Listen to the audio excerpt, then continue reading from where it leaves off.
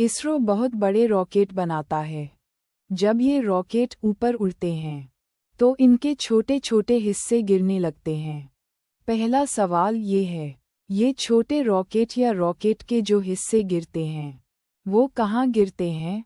क्या ये किसी को चोट पहुँचा सकते हैं? दूसरा सवाल है, अगर छोटे रॉकेट या दूसरे हिस्से रॉकेट से गिरने वाले हैं तो इन्हें साथ लेकर जाने की जरूरत क्या थी? भारत की अंतरिक्ष एजेंसी इसरो का मुख्य उद्देश्य ऐसी स्पेस टेक्नोलॉजी विकसित करना है जो भारत की ज़रूरतों को पूरा कर सके। उदाहरण के लिए, उपग्रहों को बनाना और लॉन्च करना ताकि मौसम के बारे में जानकारी मिल सके। हम सभी ने पटाखे फोड़ने का अनुभव किया है और हम जानते हैं कि जब हम पटाखे छोड़ते हैं तो हमें यह नहीं पता होता कि वह किस दिशा में जाएंगे। कभी कभी पटाखे हमारे पड़ोसियों के घरों में भी चले जाते हैं, लेकिन इसरो के रॉकेट्स के साथ ऐसा नहीं होता।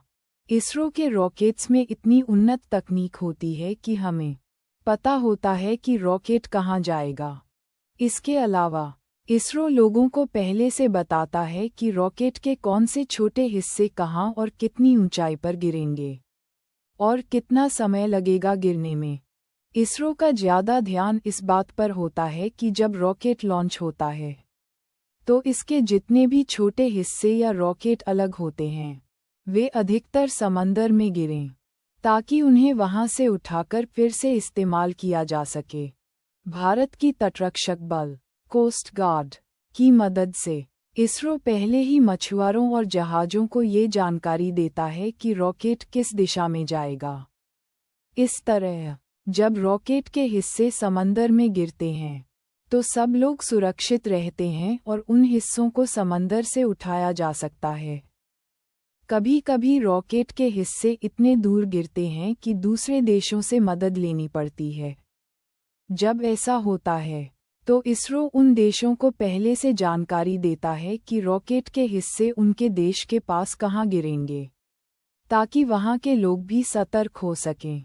दूसरा सवाल ये है, अगर रॉकेट से छोटे रॉकेट या अन्य हिस्से गिरने वाले हैं तो इनको साथ में क्यों लेकर गए? इस सवाल को समझने के लिए एक उदाहरण लेते हैं। जब हम अपनी गाड़ी से दूर जाने के लिए घर से निकलते हैं तो कभी कभी हमें पेट्रोल पंप पर जाकर गाड़ी में और पेट्रोल भरवाना पड़ता है ताकि हम अपनी मंजिल तक पहुंच सकें।